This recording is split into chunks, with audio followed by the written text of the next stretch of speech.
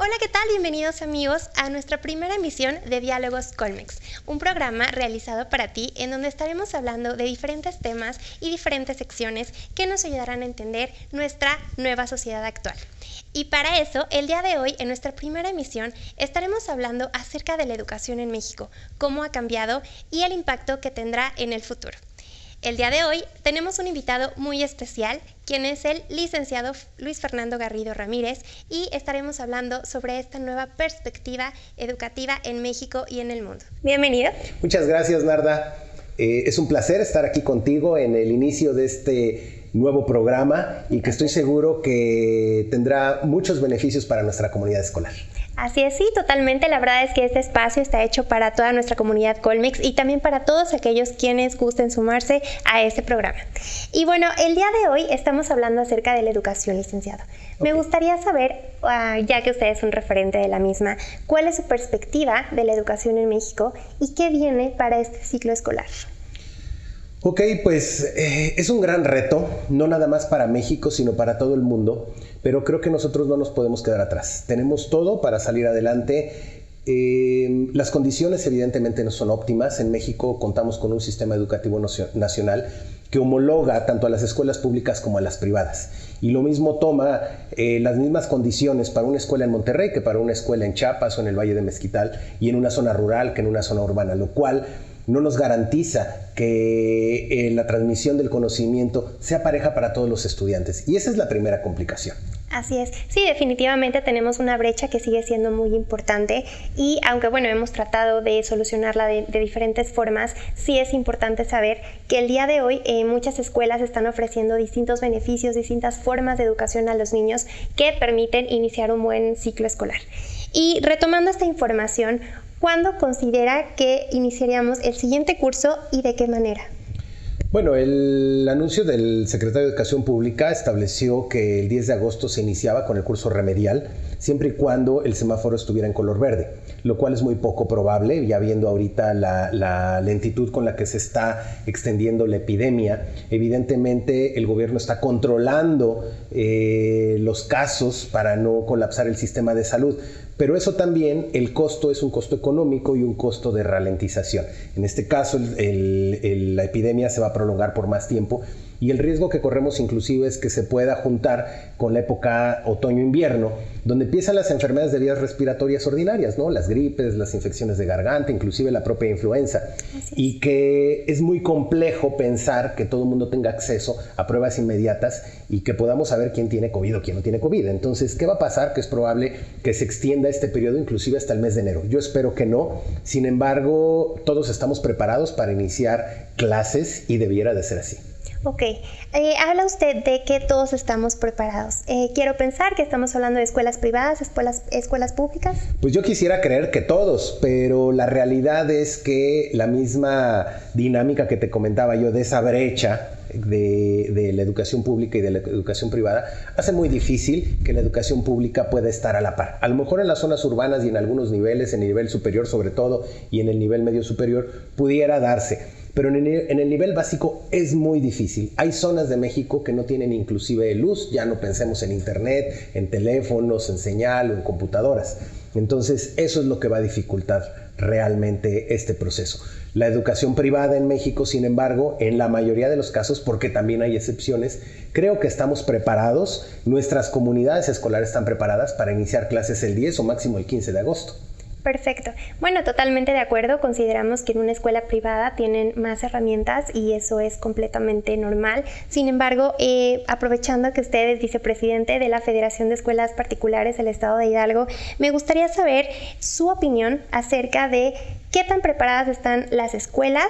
¿Me podría dar algunos ejemplos de herramientas con las que cuentan las escuelas actualmente y cómo están preparados para enfrentar este nuevo modelo educativo?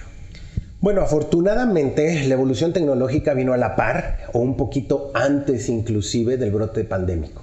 Okay. Ya algunas empresas internacionales ya habían desarrollado plataformas para poder distribuir contenidos y que en este caso pues las estamos utilizando. Hay algunas que son gratuitas, algunas que son de paga, pero la primera ventaja es la comunicación a distancia.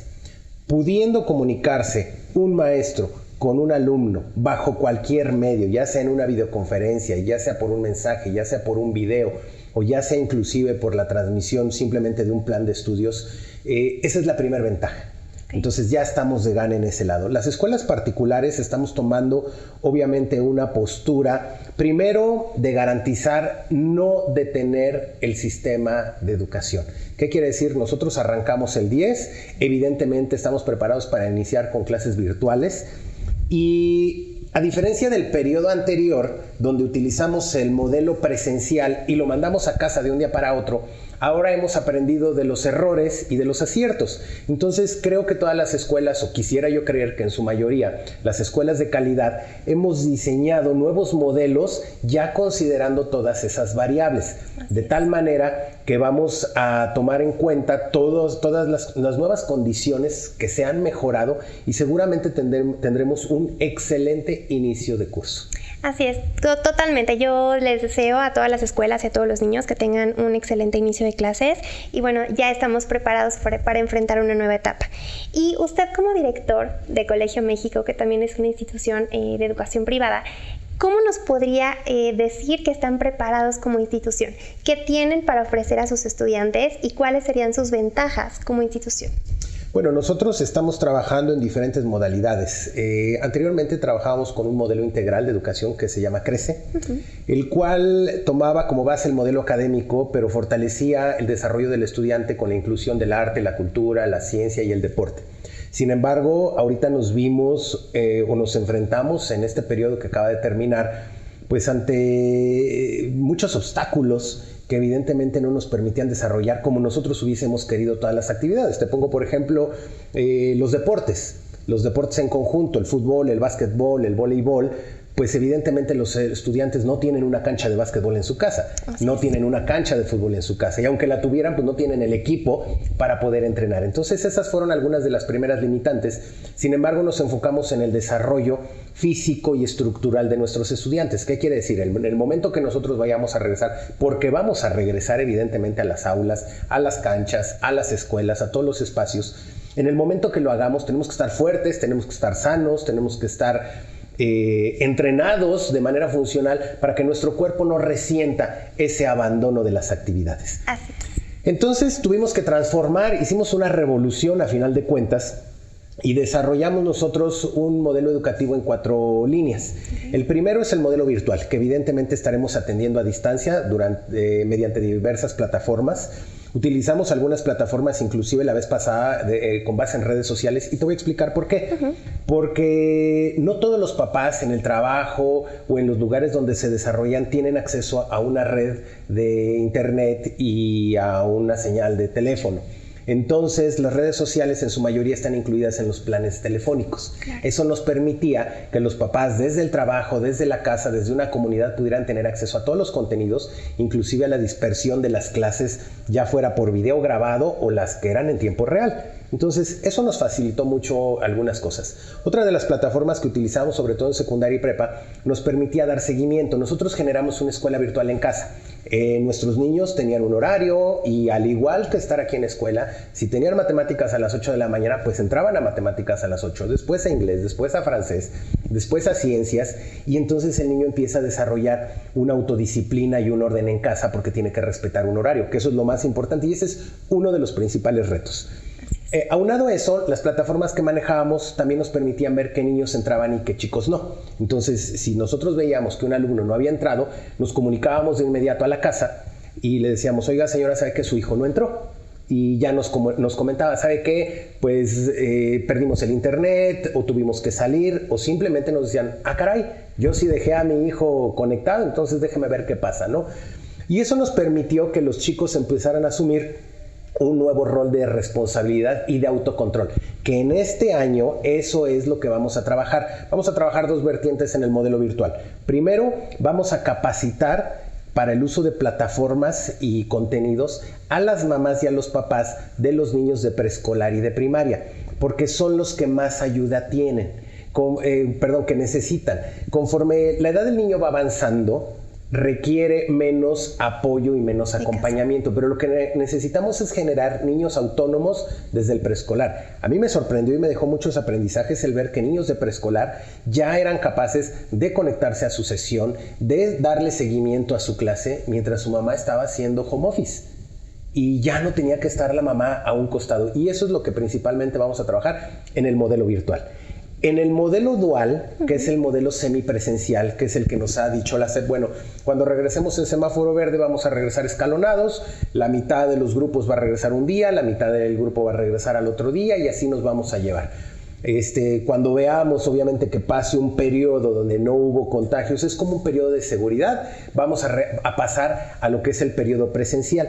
Sin embargo, debo de comentarte que por lo menos aquí en Colmex, tanto el dual, que es el semipresencial, como el presencial, van a seguir teniendo acompañamiento de las plataformas. Una vez que ya estemos en clases, no vamos a abandonar las plataformas, porque no tenemos garantía de que en un mes o en 2 meses o en un año regresemos a esa dinámica. Y estarás de acuerdo conmigo que esta pandemia, si bien fue un reto y una complicación, también es una oportunidad, porque ahora sí se habla de una revolución en el modelo educativo. Anteriormente, cuando hablábamos de la educación tradicional, veíamos al maestro estricto, enérgico, con el metro, con el gis, con el pizarrón, sometiendo a un grupo o dando clase a un grupo de 40 o de 50 niños. ¿Qué pasa con el modelo que acabamos de dejar este curso? Pues sigue siendo un maestro con un pizarrón, ahora ya no usa gis, usa un marcador, pero es la misma dinámica, tal vez es menos estricto, ahora utilizamos herramientas de conexión emocional más eficientes si tú quieres, menos gritos, más abrazos, y a final de cuentas el resultado, el modelo viene siendo el mismo. Así es. Pero ahora sí estamos enfrentando una revolución en la educación. Así es, completamente. Y me parece muy interesante también la manera en la que usted habla sobre estos nuevos modelos que Colmex pretende implementar. Y en ese sentido me gustaría saber, ustedes hablan de una educación integral, de un modelo de educación integral. ¿Seguirá vigente? Sí, claro. Primero lo vamos a manejar. Fíjate que hemos incorporado y desarrollado nuevas alternativas. Digo, este programa es parte de ese proceso, ¿no? Sí. Pero también tenemos programas de acompañamiento psicológico. Déjame comentarte, estamos inaugurando un programa que se llama Paz. Okay. Pero es paz con S, no paz con Z. Sin embargo, sí evoca a la paz. ¿Pero claro. ¿Por qué paz con S? Porque es el programa de atención socioemocional. Okay. Todos nuestros niveles tienen psicólogos de planta que están atendiendo todo el tiempo, y ahora los psicólogos estarán aprendiendo, llevando el programa de paz a distancia. ¿Qué quiere decir? Vamos a tener una línea de atención psicológica específica en este curso para atender las inquietudes de los niños, pero también de los papás, porque fíjate que aquí enfrentamos una situación. Los niños se sienten angustiados, pero más angustiados estamos como papás, porque no sabes qué decirle a tu hijo, no sabes cómo manejar, no sabes si ser enérgico o si ser condescendiente. Yo creo que los chicos de ahora, los niños desde preescolar hasta los universitarios, tienen una oportunidad que tal vez nosotros no tuvimos, que es de volverse... ¿Qué los puede tener? O sea, antes hablábamos de ciudadanos del mundo, hablábamos de estudiantes del mundo. Ahora yo creo que inclusive el tema de globalización va a desaparecer, porque el planeta es uno y ya no está globalizado, sino que es uno, simplemente eso. Y los alumnos ahora no van a tener límites. Así es. Y con tanta rapidez de información, ¿no? Justamente a lo que usted hablaba, me remonta mucho a esta parte de la comunidad global o de esa aldea global, ¿no? Que mencionaban anteriormente. La educación era la que se basaba en la televisión, ¿no? La televisión muchas veces educaba a los niños, educaba a muchas casas. Actualmente son las redes sociales, actualmente es internet. Y hoy en día, con lo que estamos viviendo, pues bueno, sabemos que a través de internet podemos acceder a las diferentes plataformas, a diferente información para mantenernos actualizados. Y en ese sentido, me gustaría que me pudiera dar unas palabras a los papás para poder calmar esas inquietudes que tienen. Sabemos que hoy en día los papás tienen miedo sobre si inscribir a sus hijos, sobre si están aprendiendo lo suficiente. Entonces, ¿qué les diría a nuestros papás para que ellos se sintieran tranquilos de que sus hijos están en buenas manos y que realmente la educación tiene otra nueva perspectiva, que no se queda, que no van a estancarse los niños, sino que al contrario van a salir adelante en esta nueva realidad? Fíjate, muy buena tu pregunta. Hay mucho temor en la comunidad, y es temor fundado e infundado. O sea, el primer miedo que nos da obviamente es el miedo a la salud, a perder la salud. Entonces se nos ha clavado ahorita un chip como de terror. Es terror en cuanto a la información. Prácticamente sientes que abres la puerta de tu casa y te contaminas. Tenemos que aprender a vivir con esta enfermedad, como lo hemos aprendido a hacer con el cáncer, con el VIH, con la tuberculosis, con la peste negra, con todo. El ser humano se ha caracterizado por su evolución. Y hace un momento que comentábamos de esta transformación, de esta revolución, es precisamente eso. Yo creo que tenemos que entender que la educación ya no es la de antes. Ya no nos debe de preocupar porque el niño sepa 2 más 2 es igual a 4, sino que el niño sepa cómo obtener ese resultado o para qué utilizar o de dónde gestionar ese conocimiento para resolver un problema. Y el primer problema ahorita es el acceso a la educación. Entonces imagínate, si tú dices como papá ahorita, ¿sabes que yo no quiero mandar a mi hijo a la escuela? Este año que se quede en casa, estás en riesgo de desfasar la educación de tu hijo porque el mundo va a seguir caminando. Y no estamos hablando de México, estamos hablando de todos los países. Y todos los países del primer mundo siguen manteniendo el modelo educativo. ¿Y qué va a pasar? Que corremos el riesgo de generar un estudiante disfuncional. Porque esto no sabemos si va a durar un mes, o va a durar 6 meses, o va a durar 2 años, o va a replicarse en una década o en 5 años. ¿Y qué va a pasar? Pues no vas a encerrar a tu hijo en una burbuja. Y cuando él quiera, o sea, tú dices, yo no voy a meter a mi hijo ahorita a una escuela, pública o privada, la que tú quieras, pero yo no lo voy a meter ahorita, y dentro de 2 meses se levanta la pandemia y entonces tu hijo se queda afuera y ya no encuentra lugar y entonces va a perder un año y tú dices, bueno, pero está vivo. Pero el año que viene, los niños no van a perder la vida. Los niños y los jóvenes son el sector menos vulnerable ante esta enfermedad. A final de cuentas somos los adultos, los maestros, los padres de familia los que tendremos que aprender a cuidarnos aún más. Pero sí corremos ese riesgo de tener estudiantes disfuncionales que se desfasen y entonces cuando sean profesionistas o cuando pasen a un nivel más adelante, ¿qué van a decir? No, es que llegó otra nueva pandemia, no voy a trabajar un año hasta que pase la tempestad, ¿no? No, tenemos que hacerlo. El ser humano, nuestra especie se ha caracterizado por evolucionar. Hemos conquistado todos los territorios. Y me refiero conquistado porque anteriormente, cuando no utilizábamos ropa, edificios, calefacciones, pues el ser humano solo vivía en las zonas tropicales. Pero ya empezamos a migrar a las zonas frías y hay gente que vive en Alaska y gente que vive en Islandia y en esos lugares donde antes hubiéramos dicho, pues ¿cómo vas a sobrevivir, no? Lo mismo pasa en la actualidad. Tenemos que evolucionar. Yo creo que este es el momento, nos habíamos tardado, por eso teníamos también tantos problemas sociales. Porque le dábamos importancia a las cosas no importantes. Le dábamos importancia a traer un teléfono por la marca. Le dábamos importancia a traer un auto por el tamaño o por el lujo. ¿Qué pasa? Que ahora le vas a dar importancia a un teléfono, una computadora, porque es una herramienta de trabajo y el que te sirva, el que te permita trabajar, ese es el que vas a adquirir. Y sin importar el precio. Y anteriormente vivíamos en una sociedad materialista al 100%, catalogábamos a las personas o las valorábamos por el éxito económico que pudieran alcanzar, cuando en realidad el valor es otro. Y ahora esos alumnos lo están aprendiendo desde casa. A final de cuentas, el consejo para los papás es que estén tranquilos, sus hijos van a estar bien, las escuelas estamos tomando medidas a final de cuentas para garantizar la salud de ellos y el aprendizaje en ese orden.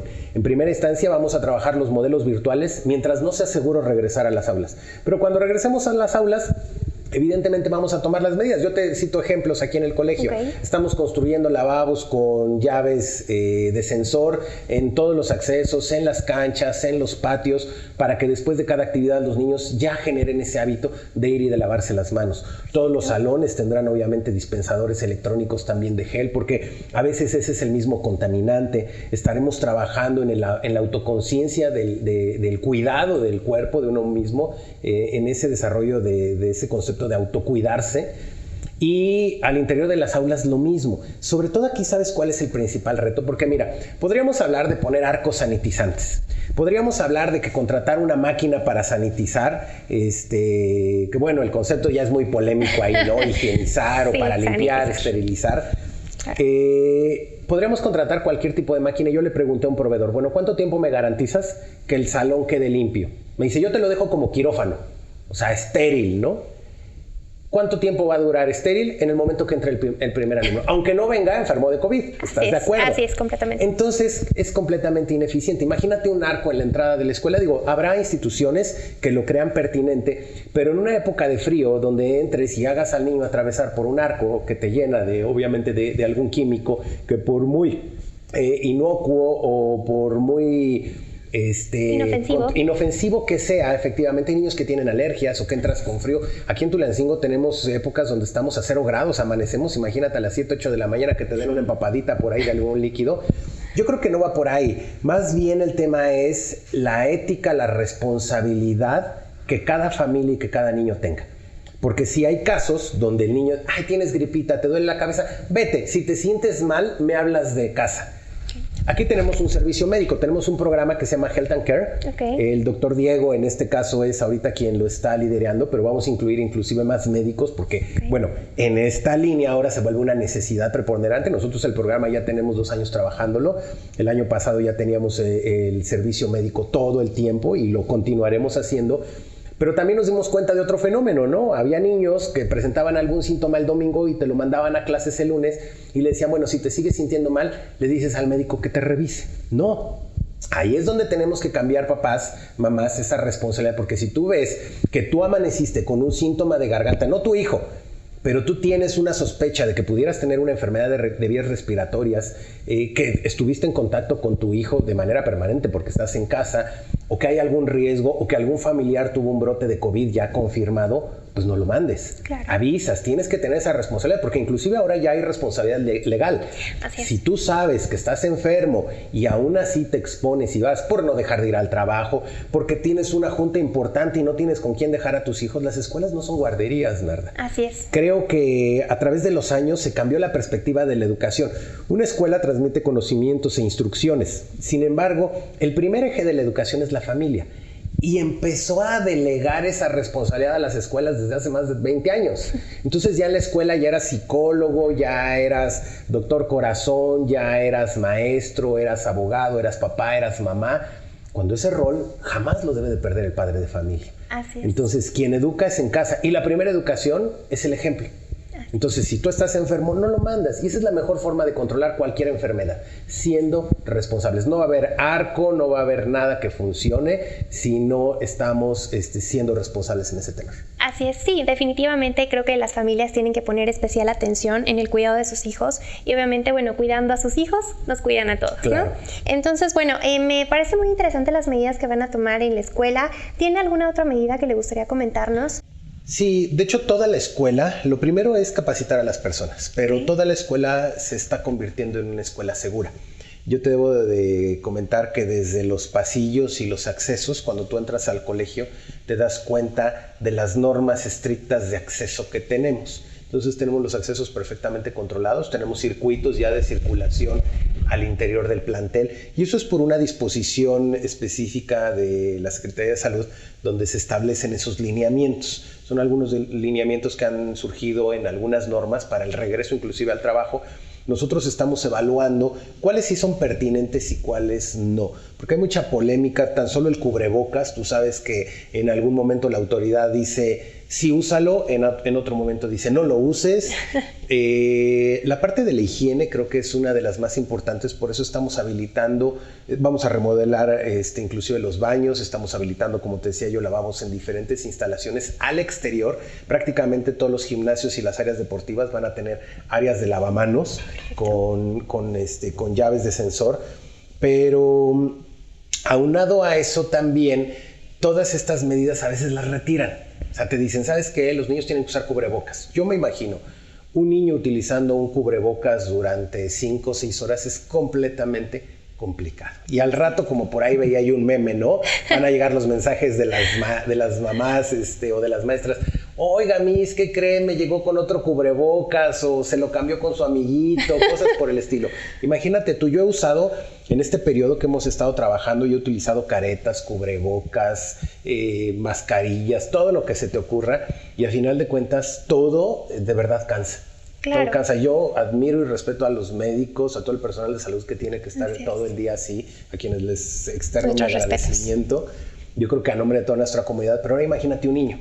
Entonces, seguramente establecerán esas medidas. Ya por ahí leí una declaración, pero desafortunadamente, digo, yo soy crítico, pero también entiendo el papel del gobierno. No tienen toda la información necesaria. Digo, si en otros países con mayor cantidad de recursos no lo han podido resolver, pues en México tampoco lo estamos haciendo, y establecen una medida hoy y la retiran mañana. Entonces estamos siendo prudentes para establecer ese tipo de medidas. Algunos papás seguramente determinarán que independientemente de la medida, aunque digan que no, ellos van a mandar a sus hijos con cubrebocas. También la tecnología está haciendo de su parte. Yo he visto que hay el desarrollo de muchas mascarillas que también a lo mejor no son tan caras, son accesibles y a lo mejor más eficientes.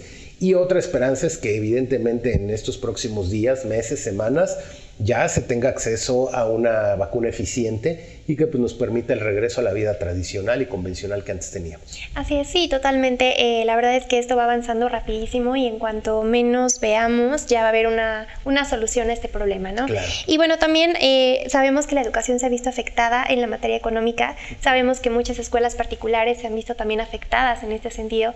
Y nos gustaría saber, Colmex siempre se ha caracterizado por apoyar a los padres de familia. ¿Tienen alguna estrategia para apoyarlos en esta situación económica? Sí, yo debo de comentarte que tan solo en este cierre de curso nosotros hicimos un descuento prácticamente permanente desde el mes de abril del 20%. En un principio habíamos contemplado que iba a ser un par de meses, sin embargo se extendió a 4 o 5 meses, lo cual disminuyó considerablemente el ingreso. Las escuelas particulares obviamente nos sostenemos del pago de las cuotas de las colegiaturas al final de cuentas.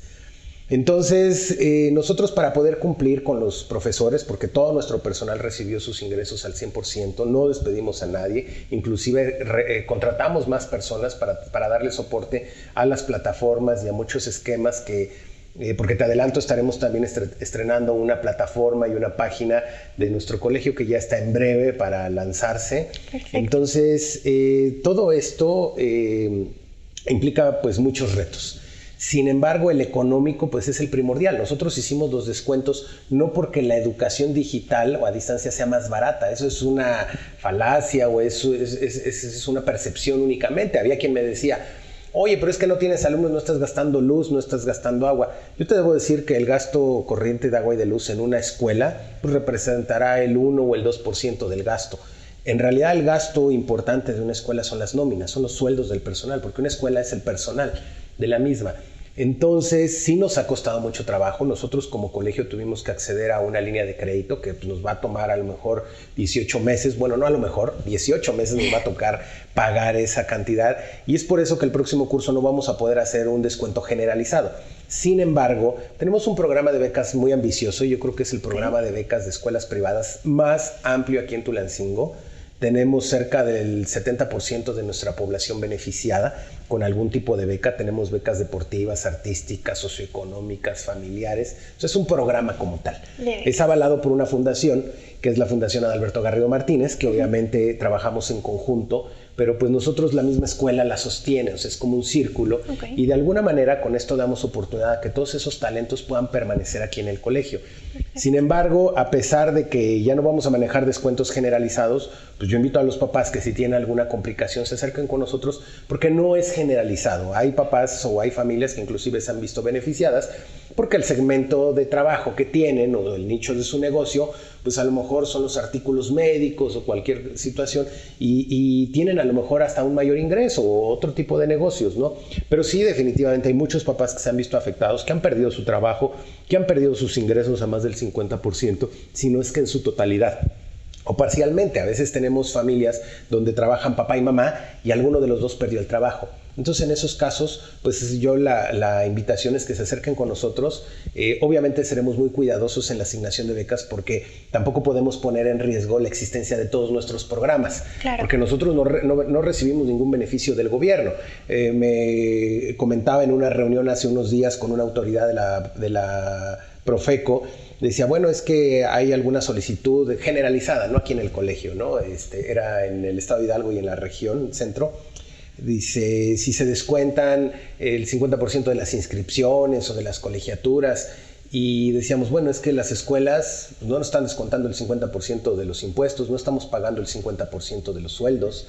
no estamos dando el 50% de las clases. Digo, yo entiendo que algunas escuelas no han cumplido como tal, pero ahí el papá va a elegir. Claro. O sea, a final de cuentas es un servicio, ¿no? Y claro. Si tú ves que el servicio no se te está dando completo, nosotros como escuelas particulares cumplimos, porque a final de cuentas al ser sistemas incorporados, nosotros estamos obligados a dar las clases, o no las clases, sino a difundir el plan de estudios de acuerdo a las indicaciones de la autoridad educativa, que en este caso es la SEP, y la autoridad ahora dijo que virtual. Entonces, nosotros seguimos cumpliendo al 100% y tuvimos, insisto, que hacer muchas inversiones. Y pues nos vemos afectados en ese tenor y en muchos otros, ¿no? Evidentemente va a haber familias que ya no puedan seguir pagando la educación privada, pero el sistema público no tiene capacidad de atender a todos los niños. O sea, de hecho, la educación privada, atiende un sector importante, sobre todo en el nivel superior. La mayoría de las universidades en el país son privadas. Claro. Hay muchas más universidades privadas que universidades públicas. Claro, y además también por esta parte de exámenes de admisión y demás situaciones que de pronto hacen esta brecha, ¿no? Que sí. También actualmente con la situación que vivimos, pues muchos estudiantes se han visto beneficiados al no tener que demostrar su talento o su capacidad a través de un examen, sino a través de sus trabajos o a través de lo que ellos mismos propone, ¿no? En este sentido, me gustaría conocer un poco más acerca de los beneficios del programa de becas. ¿Qué porcentajes están manejando? ¿Ya tienen una idea? Cuéntame un poquito más acerca de este programa. Nosotros, todas las escuelas particulares, por ley, tenemos que otorgar el 5% de becas a nuestra comunidad. ¿Qué quiere decir? Si tienes 100 alumnos, tienes que tener 5 becas completas divididas en 10 medias becas o en 20 becas del 25%. Okay. Esas becas no nos las paga el gobierno, esas becas las aporta la escuela, es como una contraprestación a la autorización de impartir los planes de estudio. Okay. Sin embargo, aunado a eso, la verdad es que la necesidad del apoyo en este sentido es mayor al 5%. Yo debo decirte que aquí en el colegio, y por eso me atrevía yo a presumir que somos una de las escuelas que tiene, si no el programa de becas más importante aquí en la región, uno de los más ambiciosos y más importantes, porque aparte de beneficiar a cerca del 70% de nuestra comunidad escolar, nosotros otorgamos un porcentaje real de becas cercano al 20%. ¿Qué quiere decir? Que el 20% de los alumnos que estudian en Colmex, a final de cuentas, no es que no paguen, o sea, no pagan un porcentaje, el 70%, pero eso representa el 20% del ingreso total del colegio. Okay. Y aparte somos un colegio que no tiene un cobro exagerado de colegiaturas.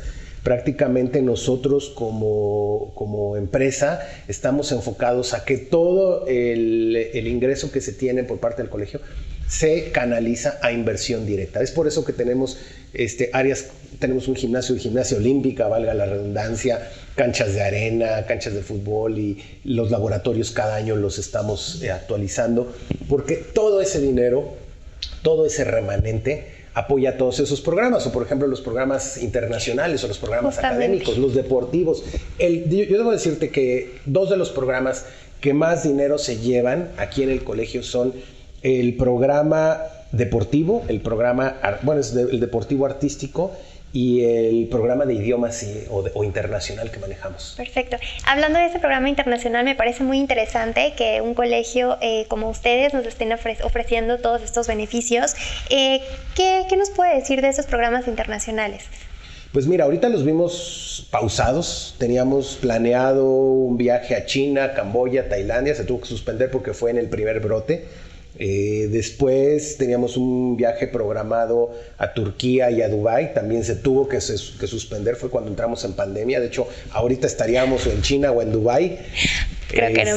Sí, yo sé, es triste, pero a final de cuentas estos programas están suspendidos. Por eso digo, no utilizo la palabra cancelados. Claro. Porque inclusive en cuanto haya las condiciones regresaremos. Evidentemente no nos vamos a exponer. En el momento que ya sea seguro, retomaremos todos los planes internacionales, porque los planes no nada más son para alumnos, también para maestros. Tenemos maestros que ya han ido a Canadá, tenemos convenio con algunas instituciones en el extranjero.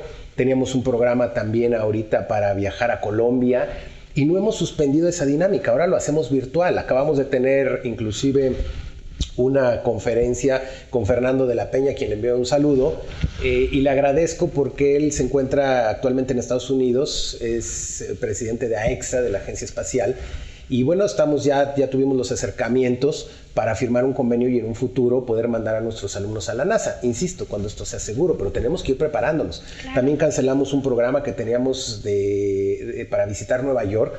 Hay un programa donde lo íbamos a inaugurar o íbamos a iniciar en este enero porque era para asistir a una asamblea de la ONU.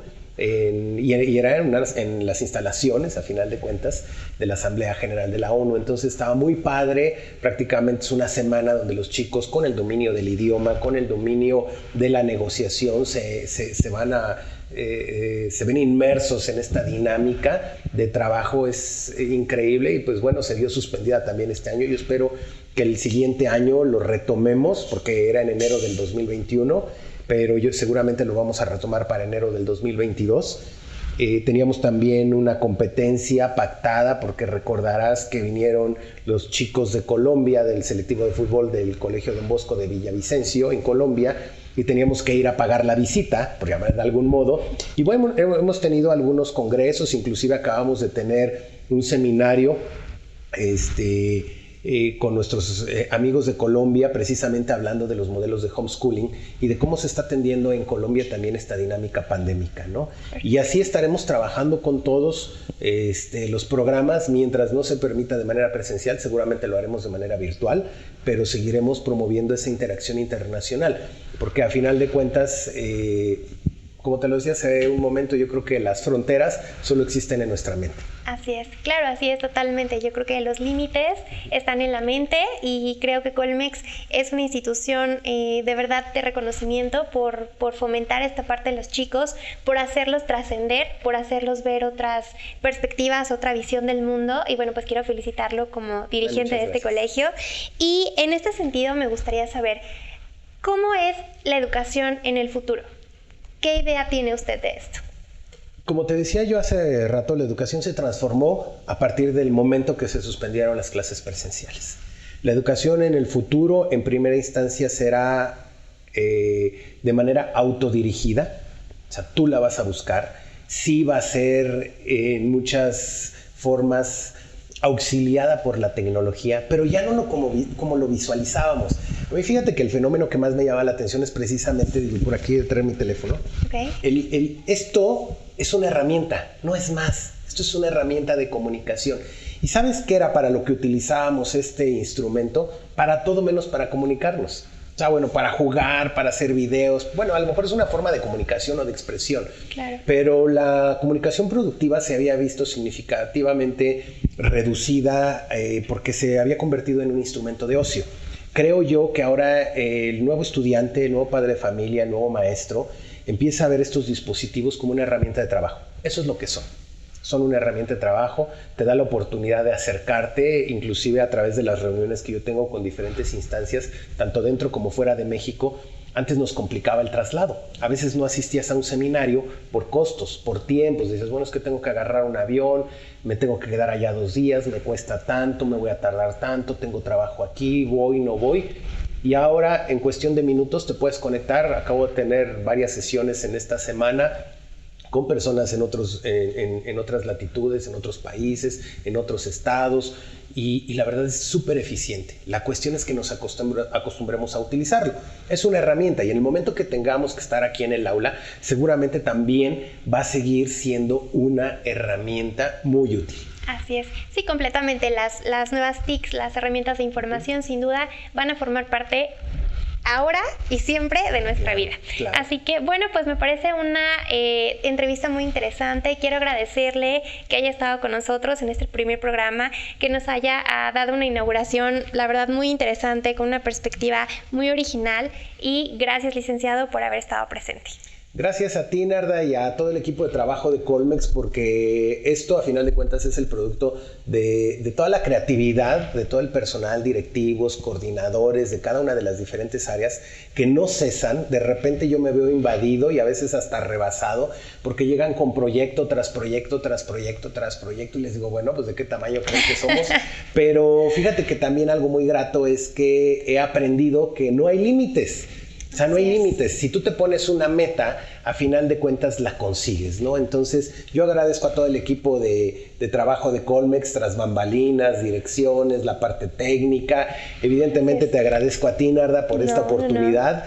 Y espero que sea un éxito este programa que estamos inaugurando. Pues muchísimas gracias y estoy segura que con su presencia en este primer programa tendremos toda la suerte del mundo. Muchas gracias, Narda. Gracias y gracias a ustedes por haber visto esta primera emisión de Diálogos Colmex. Nos vemos en la próxima. Nos vemos pronto.